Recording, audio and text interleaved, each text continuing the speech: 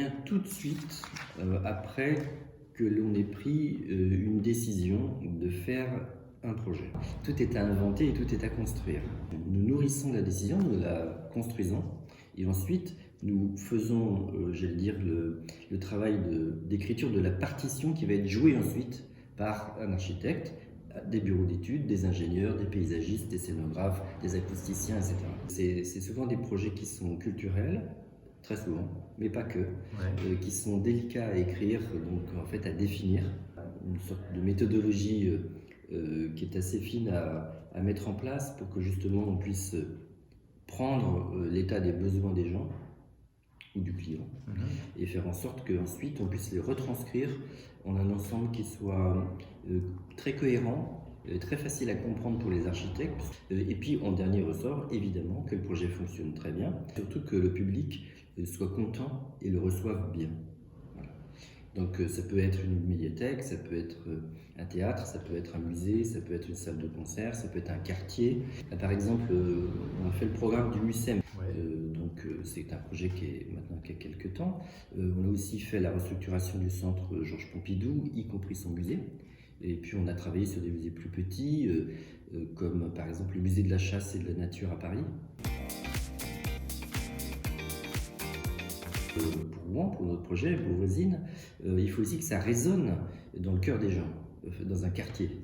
C'est ça que je trouve est très intéressant dans l'expérience qu'on a vécue avec ces ateliers de concertation, parce que finalement, ça nous permet de nous mettre un peu au diapason des sensibilités, en fait. On a très rarement l'occasion de développer ce souci de proximité dans la définition des projets. C'est une expérience qualitative, donc c'est plutôt chercher des idées en fait dans les recoins du cerveau créatif des populations et des publics qu'on a sous la main.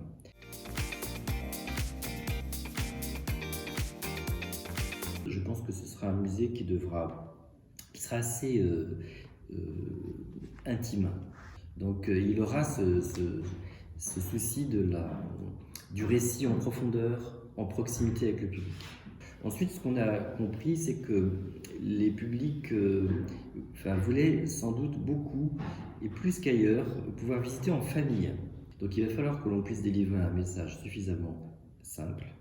Ensuite, il va falloir qu'on s'arrange pour respecter les rythmes différents, justement, puisque les parents ont parfois envie de plus de temps, et les enfants veulent aller plus vite. Les enfants voudraient que l'on puisse voir les choses de haut. Et ça, c'est quelque chose qui est absolument passionnant à développer dans un musée. Ce sont ces ateliers qui m'ont donné ces clés-là, en fait. Et on va essayer de voir si on peut les tenir jusqu'au bout. C'est un trésor, en fait, de réflexion, je trouve, qui nous a été donné.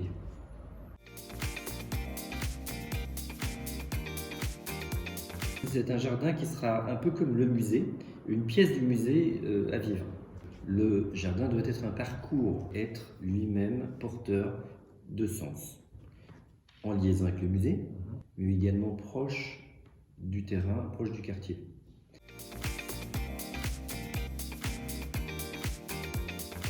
Et donc à la fin, ce projet sera absolument unique, déjà parce que l'idée de ce projet Vos Voisines est unique, et puis ensuite parce qu'il aura, la marque d'un territoire humain. Et c'est ça que je trouve assez fort.